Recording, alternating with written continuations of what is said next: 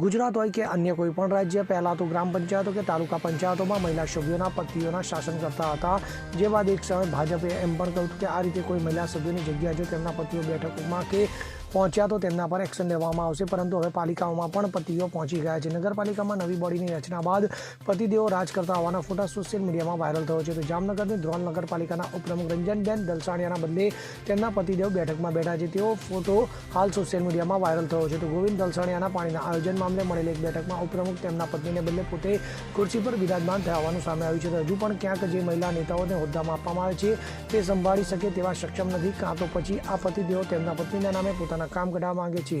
ત્યારે હવે આ તો સરકારે વિચારવું પડશે કે આ પતિદેવો હજુ ક્યાં સુધી રાજ કરશે. Bureau report, CN24 news. હવે જુઓ દેશ દુનિયાની તમામ ખબરો તમારી આંગળીના ટેરવે. ઉઠાવો મોબાઈલ અને Google Play Store પરથી ડાઉનલોડ કરો અમારી CN24 ન્યૂઝ મોબાઈલ એપ.